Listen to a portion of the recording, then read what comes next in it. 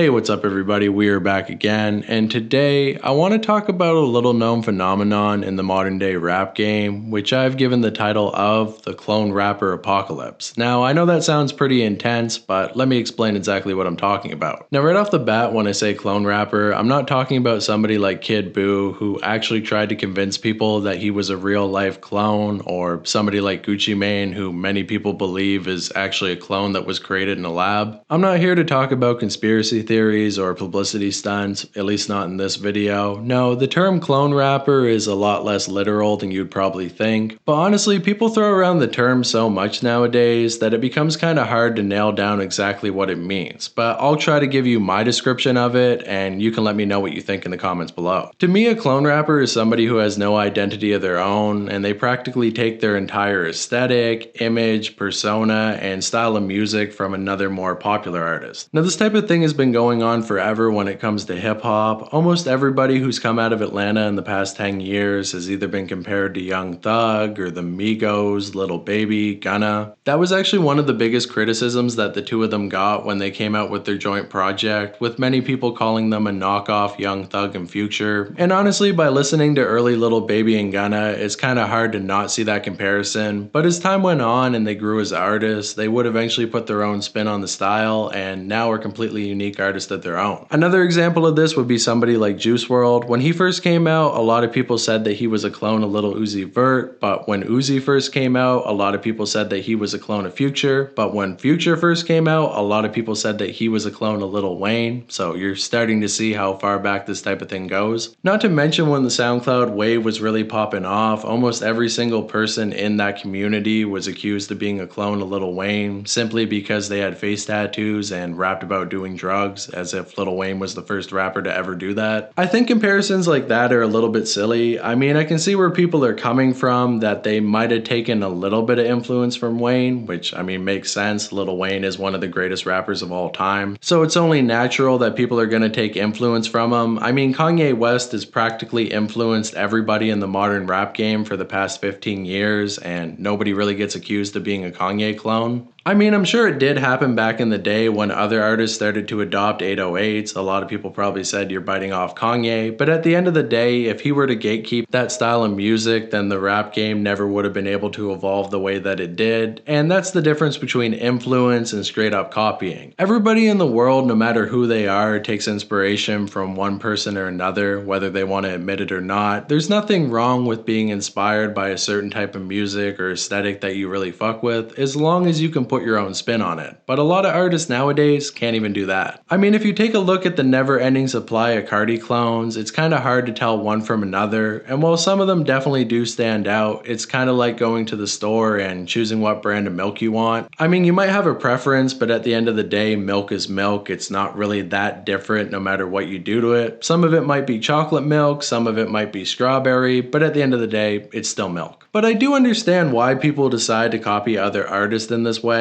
as after all, right now Cardi is one of the biggest artists in the entire game. When he put out Whole Lotta Red, it became one of the most influential albums of the modern decade. And of course, because that album was so influential, a pretty good chunk of kids grew up listening to it throughout their teen years, so by the time that they started making their own music, of course they're going to be inspired by it. Similarly to how people were inspired by Lil Wayne back in the day. In fact, Cardi was probably even inspired by Lil Wayne. And in my opinion, there's nothing really wrong with mimicking somebody else's style when you first start off, because after all, learning how to make good music is a bit of a process, and it's a lot easier to mirror somebody else that you already look up to than make something totally unique and creative. I mean, some people come right out the gate with something really weird and out of the box, but most times that doesn't get them popularity right off the bat. It takes a little bit of time before people can really acclimate to their style. And if that's the road that you're taking right now, the more power to you, because it's a lot more difficult to do something before it's cool than to hop on a wave after the fact and ride it to the top. Because truly influential artists are usually overlooked during their time. I mean, look at people like Black Cray, Young Lean, Curb Lagoop. When they first started making music, a lot of people looked at them as jokes or meme rappers who really were only fucking around when they were making music. But as time went on, they would become more respected because more people would start to get into the music and then mimic them. So in a way, it's kind of a good thing to have clones. However, I think the most egregious example of this is when you start to try to copy somebody who's already passed away. For example, example, artists like Lil Peep, Juice WRLD, and XXXTentacion. As after all, any artist that's come within even spitting distance of sounding anything like these three artists, they'll immediately get shit on by their entire fan base, with everybody clowning them for not being original and basically saying that they don't have any sort of personality of their own, which is true in some cases, but not in others. So why don't we look at a couple examples to really get down to the root of what a clone rapper is. And I think I'm going to start off with Lil Peep, because he's a pretty unique example of his own, as after all, he took heavy inspiration from multiple different artists in the underground. Yeah, if you weren't aware, Lil Peep was actually a massive fanboy of emo rap before he ever got his start making his own music, with him originally being fans of people like Thrax House, which would later go on to become Goth Boy Click, Curb Look Goop, Goth Money Records, Young Lean, and probably the most obvious of all of his influences, Dylan Ross. Because if you listen to some of the earliest music that's still available online by Lil Peep, you'll start to realize that he didn't come right out of the gate with that iconic style. He wasn't singing at first, he wasn't getting on melodic beats, he wasn't even really rapping about anything depressing. And by the time that he ended up putting out his Feels mixtape, you could really see the inspiration, because the title track off of that project was a complete copy of a Dylan Ross song. Yeah, that's right, if you listen to the two of them side by side, the influence is very noticeable. So yeah, believe it or not, Lil Peep was a bit of a clone rapper when he first got started. However, as time went on, he would get more comfortable with making music, he would start experimenting with different production, taking different influences from different people, and combining it all together into something completely unique. However, even after he started to come into his own and start making a lot more original sounding music, you could still say that he was taking a lot of influence from other members of Goth Boy Click. Lil Peep definitely wasn't the first one to heavily use samples in his music. That had been going on in the underground for years at this point. It just so happens that Peep was really great at making music, and because of that, he would become more popular than a lot of his own influences. And of course, that would make one of his inspirations really upset. In name, Black Cray. Yeah, that's right, Black Cray, the chill dude who never really seems to get into any beef nowadays, actually had a bit of a beef with Lil Peep, although it was more so with Lil Tracy, because he saw Goth Boy Click as a collective, as a complete clone of his own collective, being Goth Money Records, and seeing as how Lil Tracy also came from the Virginia scene, the influence is pretty obvious. He basically felt like Goth Boy Click was taking the style that he pioneered and using it to get famous, without giving him any form of credit, which happens more than you think. Some of your favorite artists ever have definitely taken heavy influence from other people. For example, Travis Scott, one of the biggest rappers in the world, he was influenced by Young Lean. Look at Cemetery. I know not everybody likes Cemetery, but he definitely has a pretty big fan base, and he took a lot of his style from Chief Keef. Not to mention his entire aesthetic is practically an Americanized version of what Blade does in his own music videos. And then you have people like City Morgue and XXXTentacion, who are looked at as the fathers of scream rap, even though both of them took heavy influence from Syringe and never really gave him their credit. But that's one of the biggest things that I've noticed about the underground scene, is that they put way too much focus on who did it first, and not necessarily who made it popular. And I feel like people use this as a weird way to gatekeep in the underground. If somebody comes out and says, hey, I like this artist, they'll turn around and say, well, they actually copied this guy, so you should go listen to his music instead, not realizing that the guy that they just recommended to you probably also took a lot of his style from somebody else. I'm sorry to tell you, but in the world that we live in nowadays, being the first one to do something doesn't really matter that much. If you're not able to capitalize on it and get popular off the back of that style, somebody else is going to come along, steal your swag, and probably become massive off of it. Is it fair? No. Does it happen? Yes, almost constantly. But this time, Black Cray wanted to fight back. And he did so by dropping a couple different diss tracks on both Lil Peep and Lil Tracy, although at the time, nobody really took them all that seriously, looking at Lil Tracy and Lil Peep as the future emo rap, and Black Cray as some sort of salty hater who was just mad that they were getting popular. And while in the modern day of 2025, Black Cray is definitely given a lot more respect than he was back in the day, he's still nowhere near as popular as some of the biggest stars of emo rap. So I guess if you want to be a clone, just become way more popular than the person that you're copying, and nobody will ever bother you about it again. However, it is kind of ironic how Black Cray ended up making a diss track on Lil Peep saying that he was copying him, because Peep had been dealing with people copying himself throughout his entire life. Even before he was famous or ever even started making music, people at his high school would often dye their hair the very same colors as him. Throughout his entire life, Peep would always try to stand out and be different, often dyeing his hair different colors, painting his nails before it was cool, wearing different styles of clothing that nobody else really wore in New York. And while at first people would mostly bully him for being so different, eventually they would start to copy him as well. And I think that's one of the main reasons that Peep started to tattoo his face, because while people might try to dye their hair to look like him or dress like him, there's absolutely no way that somebody's going to put a permanent tattoo on their face to try to mimic him. I mean, nobody's going to take it that far. But unfortunately, that wasn't true, because before Peep even passed away, he would run into a couple people who had completely copied his face tattoos, and apparently it freaked him out so much that he decided to shave his head. It was also because his hair was completely dead from all the hair dye, but at the same time, he was trying to still stand out as much as he could. However, after he ended up passing away, things would get even more extreme, as you could basically go to any high school in America from around 2017 to 2019 and find a bunch of random kids who were trying to be Lil Peep. They weren't necessarily making music, but they were copying his style. And I think that's the biggest thing that people try to clone when it comes to Lil Peep, more so the way that he looked and the way that he carried himself, more so than the actual music. And if anybody did try to copy him music-wise, it was kind of hard to tell, as after all, pretty well all of emo rap is very similar, so you can't necessarily tell if somebody is completely biting Peep or if they just so happen to be inspired by multiple different artists. However, we definitely do have one example of a clone of Peep, and that's an artist who goes by the name of Lil Dusty G. Now, if you've never heard of this artist before, there's probably a pretty good reason for that, as he hasn't really consistently been making music for the past couple years, but back in 2019, surprisingly, he actually had a pretty solid wave behind him. He ended up putting out this one music video on Elevator for his track Dead End, and while it doesn't necessarily sound exactly like Lil Peep, the vocal inflections are definitely very similar. However, I don't think anybody would have given him that hard of a time if it wasn't for the fact that he straight up stole bars from both Lil Peep and one of his longtime friends going by the name of Omen13. And once Omen noticed that he was doing this, he would immediately take to his own Instagram to out Dusty G, leading him to have to make an apology, where he tried to make the excuse that he made those songs back when he was 17 and that he never intentionally meant to take the bars. But despite that, the Peep fanbase at the time did not want to hear any of that, and they ended up attacking him relentlessly until he ended up taking down almost all of his music and going on hiatus. And while nowadays he still does make music and is somewhat prominent in the underground, for the most part he's only remembered as being a Lil Peep clone. Which is kind of sad in a way, because I feel like he did have a lot of potential, and if he continued to make music and kind of hone his style to not sound so much like Lil Peep, he probably could have been a decently sized artist. I'm not saying he would have been the next Suicide Boys or anything like that, but he probably could have been on the level of people like Little Lotus or maybe even Little Tracy, with a pretty solid fan base behind him and a lot of beloved music. But unfortunately, that's not the path that he took, and once you make an impression in the rap game, that's basically what people are going to think of you for the rest of the time that you're making music. The internet basically decided that he was going to be a Lil Peep clone, and even though it's been years and years at this point, they're never going to let him forget that. Besides that, I would say the only other clone that I can kind of think of would be Brennan Savage, but considering that him and Lil Peep were best friends and started making music together, I wouldn't really call him a clone. So with that said, why don't we move on to our next example, being XXXTentacion. Now, when it comes to X, I would say that he's the polar opposite of Lil Peep, because with Peep, everybody was trying to copy his style and the way that he looked. Whereas with X, everybody was trying to take his sound, whether it's the more aggressive music or the more melodic stuff that he would do later on in his life. As after all, there's really no recreating X. Whether you love him or hate him, he definitely was a very unique individual, and I don't think there's been anybody before him or after him that's ever had the same type of energy. If X never ended up becoming a rapper, he definitely would have been a cult leader, because the way that he was able to control the energy of such large crowds, as well as convincing so many people to follow him just solely off of the way that he talked and the things that he said, definitely is very reminiscent of, well, a cult leader. And whether or not he ended up using that skill is really left up to the eye of the beholder, but no matter what side of the fence that he fell on, it definitely was a talent and something that not everybody would be able to recapture so easily. And because of that, trying to copy X is kind kind of pointless, because if you try to copy him musically, you're really only getting half of the equation. If you try to copy his persona, you're probably going to fall flat because he really was who he was, and anybody trying to fake that would be immediately called out. And I would say that there wasn't many people who tried to clone X besides a bunch of random people on TikTok who dress up like him and try to scream similarly, but for the most part, those people are all ignored. I'm talking about rappers that people really know about, and there's really 3 examples that come to mind, which of course are Josiah, Slutty Sunny, and Tokyo's Revenge. Now, I'm going to start off with Josiah because out of the 3 of them, I would say he's the least similar to X. I believe the only reason that people call him a clone of X is because his voice sounds very similar, and he also did scream rap, although the way that they scream is so different that it's kind of hard to compare the 2 of them. On top of that, their personas aren't anything alike. I mean, Josiah definitely tries to act crazy in his music videos, but for the most part, it's all for show, and he seems like a pretty chill guy, whereas X was definitely not a chill guy. He really was crazy like that. I really don't think Josiah ever went out of his way to try to be a clone of X. The only reason that he might have ended up coming across that way is because after he got signed to 10K, they probably wanted him to be their own version of X. I mean, we're talking about the same label that signed Icy Narco because they wanted their own little pump. So it's not that crazy to think that the label might have tried to market him that way, although you can't really blame Josiah for that. If the label wants to try to push you in a certain direction, you don't really have a whole lot of control over that. Although I do think he tried his best to escape that image by making his first album release through the label very different from anything that X did. I mean, there was some screaming on there was some melodic songs, there was some just flat out weird songs on there, and while it didn't really work as an initial album showing people exactly who Josiah was, I think it helped to show people that he did have range. He wasn't a one-trick pony who was going to come out and scream on every single song, and because of that, he would eventually find his own unique fan base, and honestly, he's still one of the biggest trap metal artists out there nowadays. If you haven't listened to his stuff in a long time and you still consider him a clone of X, I would really advise that you listen to his album 3 because he manages to cram a lot of really unique styles onto that one album, and while his first project wasn't really fully realized, I would say that 3 is probably his best body of work to this day. However, when it comes to the other 2, the influence is a lot more obvious. I mean, Tokyo's Revenge made a lot of music early on that sounded a lot like X, and he even ended up remixing a couple of X's songs as well. However, he never tried to hide that influence and would always make it very publicly known that he was a massive fan of X, and every time that he was doing something similar to him, it was meant to pay tribute and not to just straight up bite off of him. And once again, I think the main reason why people thought that he was a clone of X is simply because his voice sounds kind of similar to his. However, as time went on, he would start to find his own sound as well, although unfortunately that was cut very short by the allegation. So if you want to call Tokyo an X clone, I don't really agree, but that's definitely not the worst thing that he's been called, and honestly, he deserves whatever shit he gets. So that leaves us with Slutty Sunny. Now sorry, I know before I called him Slutty Sony. I swear I've heard people call him that before, but apparently it's supposed to be Sunny. And I would say out of everybody, he's probably the one who got the most compared to X. I mean, after all, he's got the colored dreads, he's got similar looking face tattoos, they even have kind of a similar build. Although he can't control his genetics, so I'm not really gonna ding him for that. Although it is a little bit hard to argue with the other comparisons. But I think the main thing that you gotta keep in mind when talking about Sony is that he also had a very short life, with it unfortunately being cut tragically short when he was only 20 years old, which was actually the very same age that X ended up passing away. And when you take a look at where X was right before he ended up dying himself, you would see that he was in a transitional era where he was really trying to find out who he was as a person and come into his own. And I think that Sonny was doing a very similar thing. You gotta realize that he wasn't that big before he passed. He had a couple songs that blew up in a big way, but he definitely wasn't a mainstream artist by any means, and for the most part, he wasn't even really that big in the underground. So it makes sense that he was still in that era where he was trying to figure out what he wanted to do musically. He definitely did take a lot of influence from X, but I don't think he ever tried to keep that a secret, and he probably would have told you that himself. He simply wanted to continue to carry the energy that X left behind, and the way that he did it was a little bit too close to home, but at the same time, I think if he had more time to really work on his craft, we would have seen him grow into a more creative artist. And that's the sad truth about people who pass away young. They never really get to become who they were truly meant to be, because at the age of 20, 21, or even 24, let's be honest, you're still growing as a person. And it's just really unfortunate that neither X or Sunny got the opportunity to grow and become a completely different person. And because of that, well, all I can say is rest in peace. And well, let's move on to our final example. Now, I know it comes across like I've been defending a lot of clones in this video. I wasn't that hard on Little Dusty G. I wasn't that hard on anybody who's considered an X clone. But let me tell you, the next artist that we're about to cover, I am not keeping the same energy because this guy is such a blatant clone that I honestly find it pretty disrespectful. And you probably already know exactly who I'm going to be talking about. Yes, you've seen the thumbnail. No, it wasn't clickbait. And yes, we are going to be talking about Key Nola, one of the biggest new artists to come out in 2025, with everybody talking about him, his music, and mostly about how he's a very obvious blatant clone of Juice WRLD. Now look, I'm not going to sit here and pretend like I'm the biggest Juice WRLD fan in the world. I mean, I definitely listened to him a lot in high school. I like his music. I think he was a really solid artist, but I never was really all that emotionally attached to him. I thought he was good. I never thought he was great. However, that's definitely not the popular opinion, because after Juice ended up passing away in 2019, absolutely everybody became aware of him and his music. I mean, don't get me wrong, he definitely was big before his passing, but after his passing, he became massive, even bigger than Peep and X. And because of that, so many kids ended up growing up on his music. I mean, it's definitely a lot more palatable to a younger audience than somebody like X or Peep, and his label realized that and completely milked the absolute shit out of his legacy. We've seen album after album after album come out that are just completely cobbled together with no real rhyme or reason, and while I do enjoy a couple different songs off of each of these posthumous albums, as a complete body of work, none of them are really all that good. And considering just how proficient Juice WRLD was at making music during the time that he was alive, at his passing, there was over 2,000 unreleased songs for the label to be able to milk. And while his label has been incredibly slow at releasing this music, a good portion of it is leaked online, meaning that the oversaturation at Juice WRLD has become just too much, and the sound that he was running with while once novel is now completely watered down. And don't get me wrong, that's no disrespect to Juice WRLD. I don't think it's really his fault that this sound is so generic now. It more so comes down to the fact that he would make hundreds of songs at once. He would sit down in the studio and record an entire album in one day, which, while is definitely a very great talent, meant that a lot of the subject matter that he was talking about was very similar. The sounds of his beats were very similar, as he was basically using the same producers. And just overall, no artist is really built to have absolutely every piece of music that they ever recorded put out into the world. I can understand why the fans do want that, as after all, there's a finite amount of it, and listening to an unreleased Juice WRLD song is kind of a cool feeling. But just due to the sheer volume of music that he left behind, it's kind of hard to feel like it's not all very similar. And that's because it was all recorded within the span of 2 years. Within 2 years, you might grow a little bit as a person, but you're probably not going to be different overnight. When you look at Lil Peep's later music, you can definitely tell that he was starting to switch up his style. When you look at X and his later music, you can definitely tell that he was really hitting his stride. But when you listen to Juice's later music compared to his early music, it basically all sounds exactly the same. And I'm sure if he had lived longer, he would have started to innovate more and created a different unique sound, but unfortunately, just like the other two, he wasn't able to live long enough to fully capitalize on his potential, and because of that, we're left with a lot of what ifs. And all of that is to say that we have enough Juice WRLD music. We don't need another Peep, we don't need another X, and we definitely don't need another Juice WRLD. But Key Nola apparently disagrees with that, because this guy is a straight up clone. I mean, down to everything. I see a bunch of people in his comment sections on Instagram trying to defend him and say, hey, that's the way that his voice sounds. It's not really his fault. But no.